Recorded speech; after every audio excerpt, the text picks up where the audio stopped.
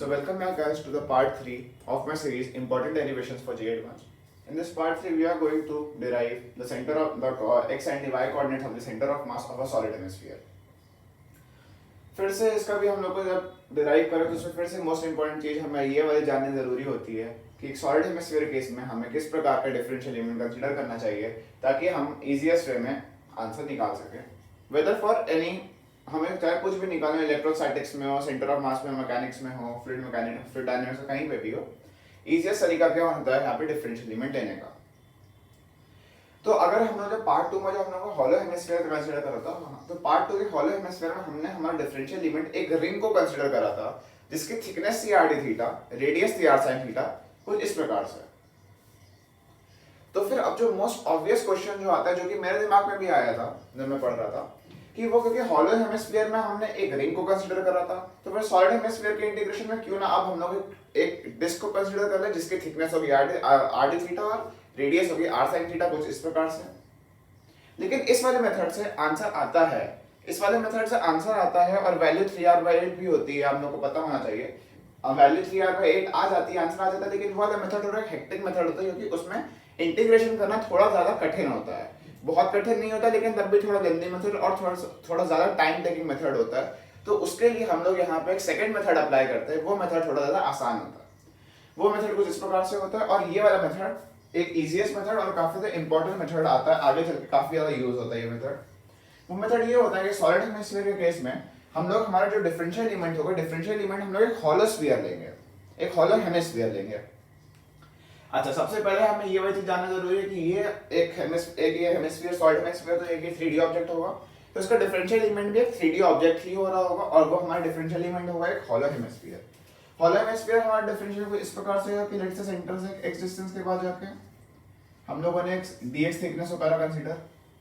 dx thickness की ये ऐसा रिंग हो गई ये dx थिकनेस की ऐसा रिंग हो गई और हमें क्योंकि चाहिए एक हॉलो हेमिस्फीयर इसलिए ये आगे भी और पीछे भी कि ये ऐसे ऐसे ऐसे करके एक ये हमारा hollow hemisphere as a differential element हो जाएगा। ये हमारा hollow hemisphere as a differential element हो जाएगा। तो इस वाले केस में सेंटर से एक x डिस्टेंस पे जाके dx थिकनेस का हम लोगों ने हॉलो हेमिस्फीयर कंसीडर करा है एज अ डिफरेंशियल एलिमेंट। जो हॉलो हेमिस्फीयर कंसीडर करा है वो हॉलो हेमिस्फीयर कुछ इस प्रकार से होगा। ये हमारा हॉलो हेमिस्फीयर होगा which is a differential element. अच्छा हाँ फिर से ये लेट्स से कि y एक्सिस है ये x एक्सिस है ये ओरिजिन है ये वाला पॉइंट इज ओरिजिन। तो फिर से हम लोग डायरेक्टली बाय सिमेट्री कह सकते हैं कि y एक्सिस का लंब ऑब्जेक्ट है सिमेट्रिकल तो इसके xcm की वैल्यू 0 होगी।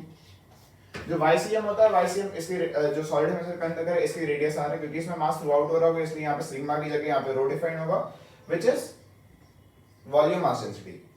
अच्छा xcm की वैल्यू इसकी 0 होगी y सिमेट्री कह सकते हो। जो ycm की वैल्यू यानी y कोऑर्डिनेट उसकी वैल्यू 3r/8 आती है ये हमें करना है प्रूफ। इसकी वैल्यू 3r/8 आती है और ये चीज हमें यहाँ पे करनी है प्रूफ।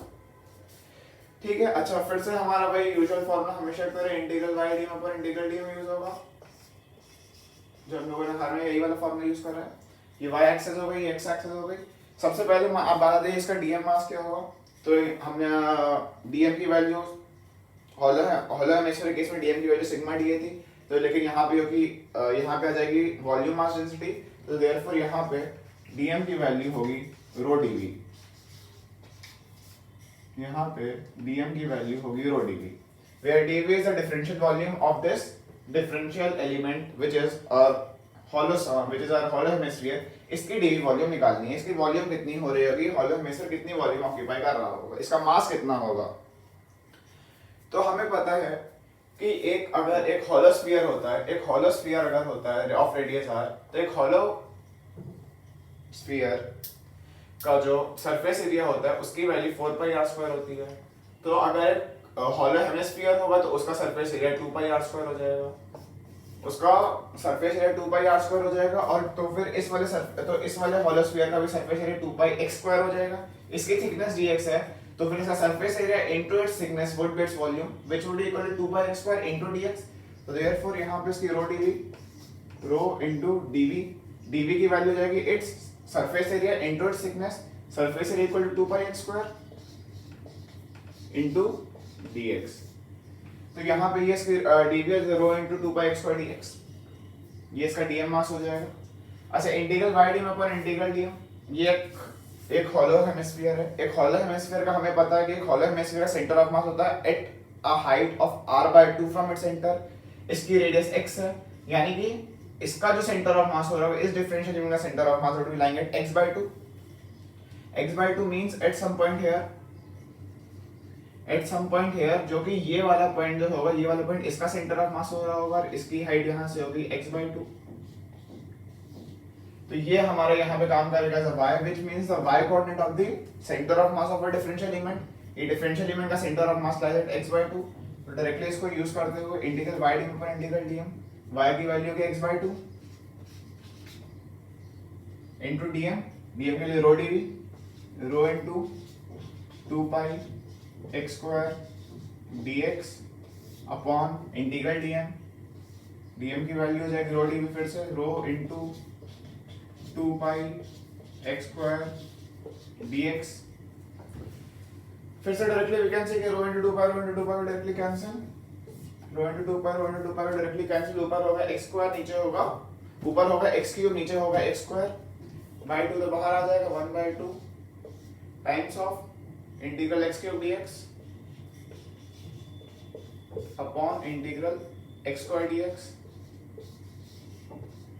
लिमिट्स सिंपली कह सकते हैं 0 से r की लिमिट्स। तो यहाँ पे जो लिमिट्स यूज करेंगे, लिमिट्स होगी फ्रॉम 0 to r, तो इसकी डायरेक्टली हम लोग कह सकते हैं इसकी वैल्यू जाएगी 1/2 टाइम्स ऑफ x की पावर 4/4, x³ लिमिट 0 से r हो जाएगा r की पावर 4/4 इनटू 1 अपॉन r³/3। ये r³/3 इसको ऊपर आ जाएगा, तो यहाँ ये वाला 3 जाएगा ऊपर, यहाँ r से r कैंसिल होगा तो 10, इसकी वैल्यू आ जाएगी 3r/8। So guys hence proof कि जो इसका जो YCM होगा, यानी कि y coordinate of the centre of मास की वैल्यू 3r/8 के बराबर आएगी, जो कि यहाँ पे लिखी हुई है। तो फिर एक सॉलिड हेमिस्फीयर के केस में XCM की वैल्यू 0 होगी, YCM की वैल्यू 3r/8 पे होगा, यानी कि इसका centre of mass will lying at some point here, इसकी हाइट 3r/8 हो रही होगी, इसकी हाइट 3r/8 हो रही होगी, इसका सेंटर ऑफ मास यहाँ आएगा। लेकिन इसका सेंटर ऑफ मास हमें याद रखना चाहिए, लेकिन उससे पहले जो मोस्ट इंपोर्टेंट चीज ये आती है कि एक सॉलिड हेमिस्फीयर के केस में हमें जो डिफरेंशियल एलिमेंट लेना चाहिए वो वाला डिफरेंशियल एलिमेंट है हॉलो। एक आप डिस्क भी ले सकते हैं, लेकिन वाला मेथड लेंदी पड़ेगा, लेकिन प्रैक्टिस के लिए वी मस्ट ट्राई दैट। लेकिन जो इजीएस्ट मेथड, जो कि आगे जाके भी मेन यही वाला मेथड हम यूज करेंगे, वो मेथड ये होगा कि इसमें डिफरेंशियल एलिमेंट में हम लोग एक हेमिस्फीयर को कंसीडर करेंगे। So guys this was the part 3 of my series. आगे वाले पार्ट्स में हम लोग और भी अदर कई सारे डेरिवेशंस को करेंगे, जो कि काफी ज्यादा इंपॉर्टेंट होते हैं जेईई एडवांस के लिए। So guys stay tuned. अच्छा लगा हो तो फिर make sure to like. Thank you guys, keep practising.